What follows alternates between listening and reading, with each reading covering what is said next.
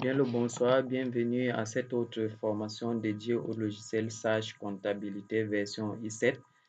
L'objectif de cette formation est de vous initier à l'utilisation et au paramétrage du logiciel Sage Comptabilité. Le but de cette vidéo est de former les novices en fait. Cette vidéo s'adresse justement aux novices qui souhaitent s'emparer du logiciel, aussi bien dans son paramétrage que son utilisation. Nous allons donc essayer d'aborder cette formation en 9 leçons, plus ou moins longues, et ensemble, nous allons construire à la fin de cette formation une base de connaissances assez suffisante pour une meilleure utilisation de ce fameux logiciel Sage Comptabilité. Alors, sans toutefois tarder, nous allons essayer de voir le contenu de notre formation. La leçon 1 concerne les généralités sur la famille Sage et les prérequis. Je vous avoue tout de même, au début, lorsque je prenais en main ce logiciel, j'avais du mal à m'en sortir car j'entendais beaucoup parler de Sage Sari, Sage Linsan, Sage I3. Bref, il y en a tellement, Sage Cloud, Sage SAS.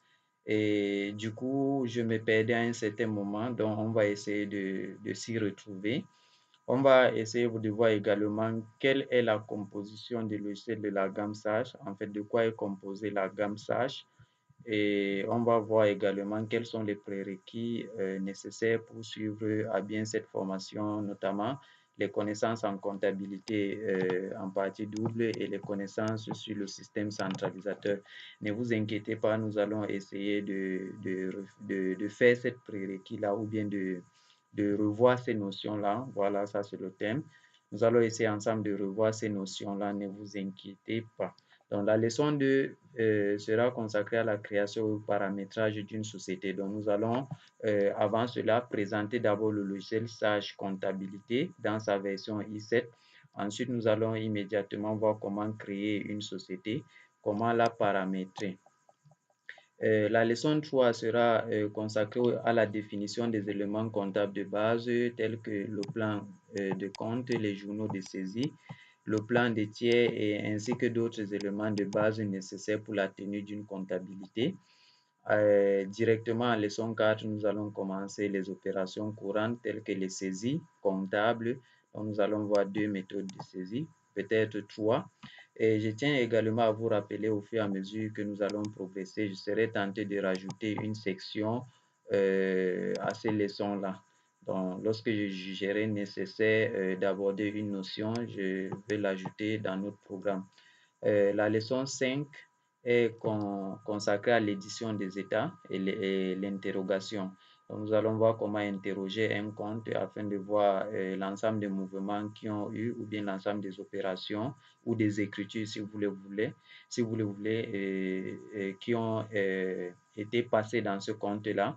Nous allons aussi voir comment interroger un compte tiers particulièrement, par exemple un client, le client X ou bien le client Y. Nous allons voir comment éditer le grand livre des comptes, c'est-à-dire l'ensemble de tous les comptes mouvementés. Nous allons aussi voir comment éditer la balance des comptes ainsi que d'autres états nécessaires pour la comptabilité, en fait, selon vos besoins. La leçon 6 sera consacrée à la sécurité et le droit d'accès. Nous allons voir comment définir les paramètres de sécurité, créer un utilisateur, définir des droits d'accès sur certaines fonctionnalités du logiciel.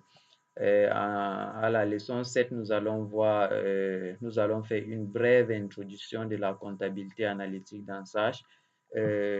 Déjà, j'ai dit au tout début de cette vidéo que c'est l'initiation. En fait, elle vise à initier toute personne en fait, qui tomberait sur cette formation à l'utilisation et à la configuration ou bien au paramétrage du logiciel. Donc, nous allons essayer juste de frôler un peu la comptabilité analytique parce que je prévois faire des vidéos beaucoup plus détaillées dans la comptabilité analytique avec Sage. N'hésitez pas surtout à mettre des commentaires si vous attendez aussi ces vidéos-là parce que ça me permettrait, en fait, ça me mettrait un peu la pression et je me mettrai à disposition pour réaliser ces vidéos sur la comptabilité analytique. Ok, sans toutefois être long, nous allons continuer à la leçon 8 avec l'utilisation avancée. Donc, nous allons un peu essayer de voir comment est-ce qu'on peut utiliser Sage de façon un peu plus avancée en voyant comment paramétrer un modèle de saisie, c'est-à-dire ne plus repasser la même écriture chaque fois. On va également voir comment utiliser la fonction de réimputation lorsqu'on fait par exemple les erreurs sur l'utilisation d'un compte et que nous avons passé plusieurs écritures sur ce compte-là. Ne vous inquiétez pas, nous allons revenir plus en détail lorsque nous allons aborder cette leçon.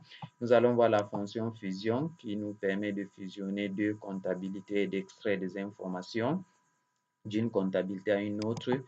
Et nous allons aussi voir comment extraire les données de Sage, c'est-à-dire comment, par exemple, extraire le grand livre des comptes, comment extraire la balance des comptes, ainsi que d'autres états qui vous seront très nécessaires dans vos travaux.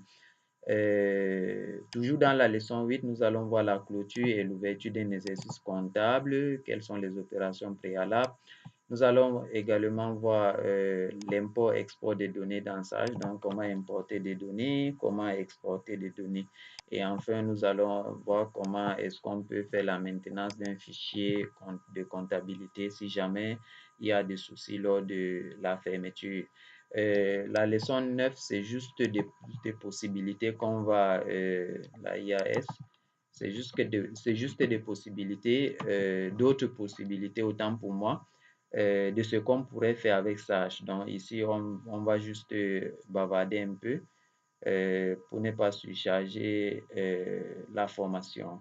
Donc, je vous donne rendez-vous à la vidéo prochaine. Bye bye.